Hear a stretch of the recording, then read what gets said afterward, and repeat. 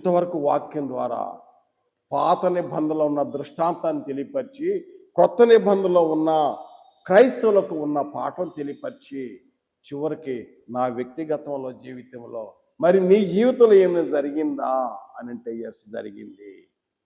అది కూడా సాక్షార్థంగా తెలియజేయుచున్నాను. యథార్థం దేవునితో అబద్ధం ఆడితే అబద్ధం ఆడే వారికి దేవుని రాజ్యం లేదు. నేను యథార్థం చెప్తున్నాను.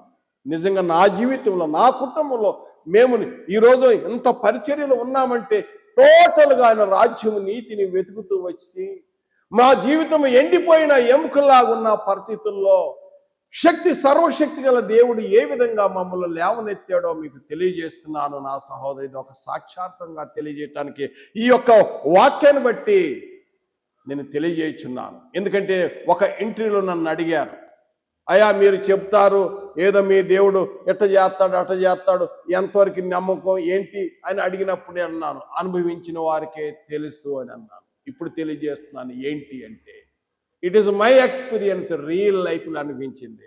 నా ఒక్కడికే కాదు, ఇక్కడ సంఘ యావత్తు తెలిసి ప్రాంతంలో చుట్టుపక్కల వారందరూ తెలుసు. మొట్టమొదటిగా నా జీవితం ఎండిన ఎముకల జీవితం. నేను ఎప్పుడైతే క్రీస్తులోకి వచ్చానో అనేక అప్పులతో నిండిపోయి ఉన్నప్పుడు, అప్పుల ఊబిలో మునిగిపోయినప్పుడు, నాకెవరు నా బంధువులు స్నేహితులు ఎవరు అందరూ విడిచిపెట్టినప్పుడు నాకు సహాయం చేసేవారు లేరే అని ఎంతో దుఃఖంతో ఉన్నప్పుడు నేను నా కుటుంబ సభ్యులు, నా కుమార్తె, మా మిస్సెస్, నా భార్య, మీ అందరూ నలుగురు కూర్చొని దేవుని సన్నిధిలో ఈ విధంగా కన్నీళ్లు విడిచి ప్రార్థన చేసేవారు. మేము ఇదే వాక్యాన్ని ఆధారపడాం. దేవుని ప్రేమించే వారికి ఆయన సంకల్ప చొప్పున పిలువబడిన వారికి మేలు కలుగుతాయి, సమస్తము సమకూడి జరుగుతున్నవి. ఈ వాక్యాన్ని పెట్టి మేము ధైర్యం ఉండేవాళ్ళు. నువ్వు మమ్మల్ని ఎంతో ప్రేమిస్తున్నావు, మాకు మేలు కలగటానికే ఈ శ్రమలు వచ్చినాయి, మాకు మేలు కలగటానికే ఈ కష్టాలు వచ్చినాయి, మాకు మేలు కలగటానికే ఈ యొక్క అప్పులు పరీక్షలో ఉన్నాము, శోధనలో ఉన్నాము.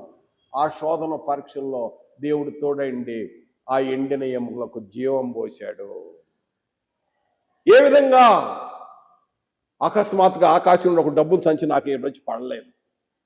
అది ఏ విధంగా అంటే, ఒక సహోదరుడు క్రీస్తునందు క్రీస్తు స్వరూపం కలిగిన సహోదరుడు, నిజ క్రైస్తవ సహోదరుడు వచ్చి మా పరిస్థితిని గమనించి ఆయన అన్నాడు, సహోదరుడా నీ సమస్యను నేను గమనించాను, నీ అప్పుల లిస్టు నాకు రాసి ఇచ్చేయి.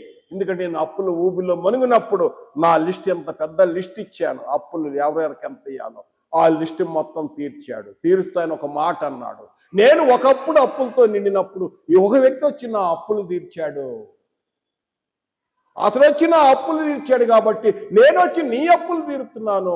నిన్ను వల్ల నీ పొరుగువాన్ని ప్రేమించమని యేసు ప్రభు బోధించాడు కదా, నేను ఆ సాదృశ్యం చేస్తాను, నీవు కూడా నీ సత్యంను అమివేయద్దు అని నాకు చెప్పాడు సహోదరుడు. నేను ఎండిన ఎముకల్లో అప్పులతో ఎండిన ఎముకల్లాగా కృషించిపోతున్న నా కుటుంబ విషయంలో మళ్ళా సజీవంగా బ్రతికించాడు. ఒకటి. రెండవది, ఇది నా వ్యక్తిగత జీవితంలో నేను పాపంతో పడి చచ్చిన స్థితి. ఇది రెండవది, ఎండిన ఎముకల్లాగా ఉన్న పరిస్థితి. రెండవది నేను జ్ఞాపకం చేస్తున్నాను. ఎఫ్సి పత్రిక 2వ అధ్యాయం 1వ వచనంలో, మీ అపరాధముల చేతను పాపముల చేతను పడి చచ్చి ఉండగా, అది చచ్చిన స్థితి, ఎండిన ఎముకలతో చచ్చిపోయిన స్థితిలో ఉన్నాను. ఎఫ్సి పత్రిక 2వ అధ్యాయం 4 నుండి చూసినట్టయితే, ఆయనను దేవుడు కరుణా సంపన్నుడై ఉండి ఆయన మహాప్రేమ చేత క్రీస్తు నన్ను బ్రతికించాడు, నా జీవం క్రీస్తు కూడా ఉంచాడు, నా కుటుంబాన్ని కూడా లేవనెత్తాడు. ఇది రెండవది. అంత మాత్రమే కాదు, అక్కడ భౌతికమైన అప్పులు తీరటమే కాదు, ఇక్కడ నా యొక్క పాప రుణం కూడా తీర్చేశాడు. ఈ రుణం కూడా తీర్చాడు. కొలసీ పత్రికలో 2వ అధ్యాయం, కొలసీ పత్రిక 2వ అధ్యాయం 11 నుండి 15వ వచనంలో, క్రీస్తు సున్నతి పొందుట చేత నా పాప రుణమాఫీ చేశాడు. నా పాపాలన్నీ ఆ రుణాన్ని కూడా తీసేశాడు యేసు ప్రభువారు. క్రీస్తు సున్నతి పొందుట చేత. క్రీస్తు సున్నతి అంటే ఏంటో తెలుసుకోండి. తెలియకపోతే మళ్ళీ నాకు ఫోన్ చేసి అడగండి. తర్వాత అయితే నా ప్రియ సహోదరుడా, మూడోది ఎండిన ఎముకలు నీకేం జరిగినాయి అంటే నా జీవితంలో మూడోది నేను పరిచర్య వచ్చినప్పుడు, ఇప్పుడు దాదాపు ఒక సంఘ అధ్యక్షుడిగా పనిచేస్తూ ఒక సంఘాన్ని కనిపెట్టుతూ పరిచర్య చేస్తున్నప్పుడు దాదాపు 25 years 30 years నుండి నేను ప్రభులోకి వచ్చి 30 years నుండి ఎంతో విశ్వాసంతో వస్తున్నప్పుడు అక్కడ స్థానిక సంఘము ఒక రేకుల షెడ్డులో, ఆ రేకుల షెడ్డులో దెయ్యాలు కొంప అని పిలువబడుతున్న ఆ ఇంట్లో పాములు తిరిగాయే దెయ్యాలు కొంపని పేరుండేది. అక్కడ పరిచర్య మొదలు పెట్టాను. ఇంటి ఓనర్కి అద్దె కట్టలేక ఆయన ఒత్తిడి చేస్తుంటే, అక్కడ ప్రార్థన చేస్తుంటే నువ్వెందుకయ్యా అని ఒక చర్చి నడిపి వేరే చోటకి వెళ్ళన్నప్పుడు నేను కనిపెట్టుకొని ప్రార్థన చేసినప్పుడు అలాంటి పరిస్థితుల్లో పరిచర్యలో కూడా నేను ఎండిన ఎముకలాగే కనపడుతున్నాను అందరి చేత. అలాంటి పరిస్థితుల్లో ఆయన వచ్చి అన్నాడు, ఆ ఇంటి ఓనర్ చారి గారు చాలా మంచి వ్యక్తి, చారి గారు ఆయన గుడి మల్కాపూర్ ప్రాంతంలో ఉంటాడు. ఆయన వచ్చి అన్నాడు, మీకేమైనా దోతలు వచ్చి ఇస్తారా డబ్బులు అన్నాడు. నేను నమ్మిన దేవుడు సర్వశక్తి గల దేవుడు, ఆయన ఇచ్చినా సరే ఇవ్వకపోయినా సరే ఈ ఎండిన ఎముకలను సజీవులుగా చేయగల దేవుడు అని చెప్పినప్పుడు, తర్వాత ఈ ప్రాంతం వచ్చి ఇక్కడ పరిచర్య చేసినప్పుడు చూసినప్పుడు నిజంగా నీ దేవుడు గొప్ప దేవుడు, నిజంగా నీ దేవుడు గొప్ప దేవుడు అని ఒప్పుకొని వెళ్ళాడు. తర్వాత నాలుగోదిగా చూసినట్లయితే నా ప్రియ సహోదరుడా, ఇక చెప్పాలంటే చాలా ఉన్నాయి.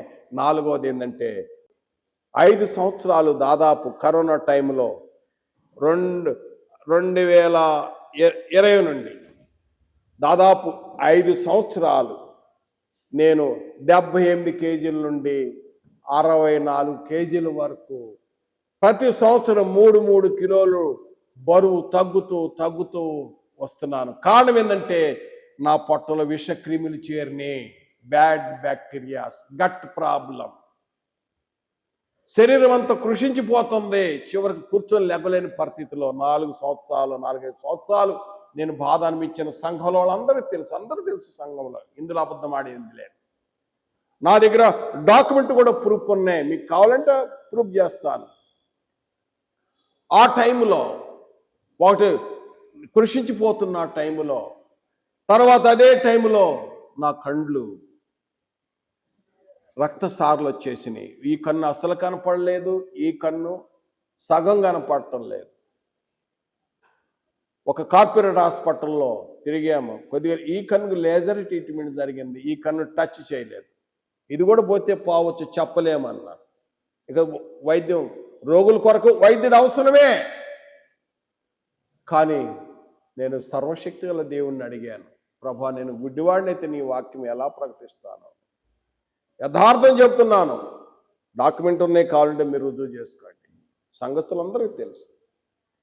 తర్వాత నాకు గట్ ప్రాబ్లం వలన మోషన్స్ తిన్న ఆహారం జీర్ణమయ్యేది కాదు, జీర్ణం కాక మోషన్స్ అవుతూ ఉండేది. నీరసం అవుతూ ఓపిక లేక బీపీ పెరిగి స్ట్రెస్ తోటి కూర్చొని వాక్యం చెప్పేవాడిని. సౌండ్ చిన్నగా అయిపోయింది. సంఘం నిరుత్సాహం చెందుతుంటే వచ్చి కూర్చొని నా కుమారుడు కూర్చోబెట్టి వాక్యం చెప్పిస్తూ ఉండేవాడు. అలాంటి పరిస్థితుల్లో ఇదిగో యెహెజ్కేలు గ్రంథం 37 అధ్యాయం చదివేవాడిని. నేను గత 4 సంవత్సరాల నుండి ఇక తర్వాత 4 సంవత్సరాల తర్వాత నాకు యెహెజ్కేలు గ్రంథం గుర్తొచ్చింది. యెహెజ్కేలు గ్రంథంలో తర్వాత చదవటం అంటే, ప్రభువా నువ్వు ఎండిపోయిన ఎముకలకు మాంసం ఇచ్చావు, ఎండి ఎముక చర్మం కప్పావు, నరాలు ఇచ్చి నూతన శక్తి ఇచ్చావు. యెషయా గ్రంథం 40 అధ్యాయం 31వ వచనము రెన్యూ చేస్తాను, నూతన పరుస్తానంటున్నావు.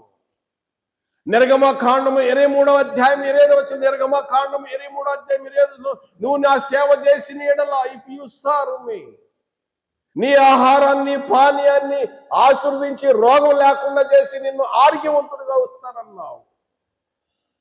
ఈ కొటేషన్లో అడిగేవాడిని, యెహోవా రప్పా. ఇంతకుముందు నా ప్రేయర్లో చూడండి, ఎక్కువ నా ప్రేయర్లో యెహోవా రప్పా, నిన్ను స్వస్థపరిచి యెహోవాను నేనే ఇశ్రాయేలు ప్రజలకు సెలవిచ్చాడు.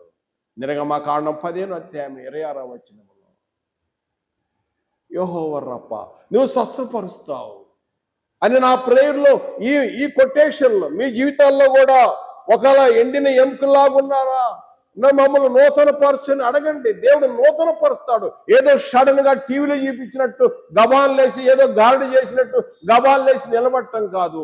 ఇది దినదినము దినదినము దినదినము అరణ్య అవుతాడు. దినదినము నూతన పరుస్తాడు. విలాప వాక్యాలు 3వ అధ్యాయం 22, 23 వచనాల్లో, విలాప వాక్యాలు 22, 23 వచనాల్లో దినదినము దినదినము నూతన పరుతూ 4-5 సంవత్సరాల తర్వాత దేవుడు మరలా నాకు నూతన శక్తి ఇచ్చాడు. ఇది నా సాక్ష్యం. ఇంకా నేను చెప్పుకుంటా పోతే అనేక విషయాలు ఉన్నాయి. ఎందుకంటే ఈ వాక్యం చెప్తున్నాను కాబట్టి. మీరు అడగొచ్చు, మీకేమైనా చేశాడా? నువ్వు అయ్యగారు, నువ్వు వాక్యం అయితే చెప్పి చాలా బాగా చెప్పావు, నీ జీవితంలో ఏమైనా అనుభవంతా? It is my experience. ఎండిన ఎముకలు. నీ జీవితంలో కూడా ఎలాంటి సమస్యలు ఉన్నాయా? దేవుని ఆశ్రయించు, విశ్వాసంతో అడుగు. ఎండిన ఎముకలు జీవించిన దేవుడు ప్రేమ ఎంతో గొప్పది. ఆయన ప్రేమ కలిగిన దేవుడు. ఆయన ప్రేమ స్వరూపి. ఆయన ప్రేమ కలిగిన వాడు. ఎండిన ఎముకలకు జీవించిన గొప్ప శక్తి దేవుడు. నిరీక్షణ లేదే అనుకున్నప్పుడు నిరీక్షించే దేవుడు. కృషించిపోయేమే అనుకున్నప్పుడు మరలా ఉత్సాహపరిచే దేవుడు కదండి. అయితే ఇందులో ఒక పాట ఉంది. ఆ పాట పాడుకుందాం. దేవుడి మేలుతో ఆశించుగాక. ఆమేన్. ఎండిన ఎముకలన్నీ తిరిగి జీవింపచేయుమయా.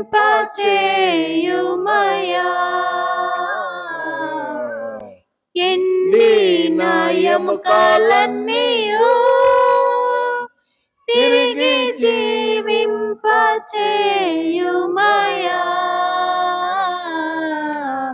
జీవనదిని నా హృదయములో ప్రవహింపచేయుమయా.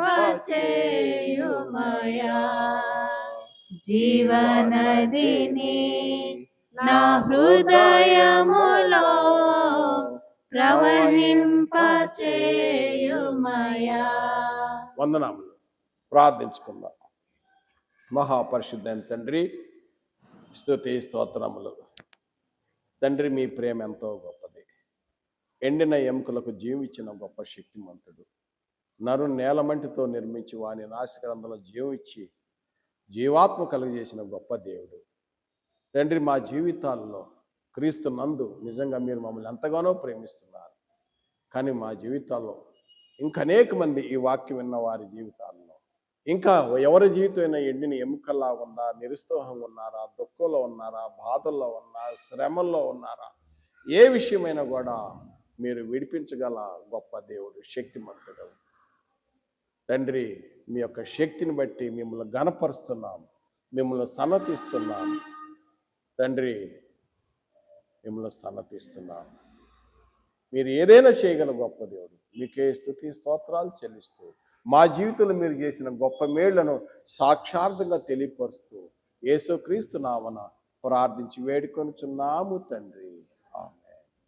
వందనాలు.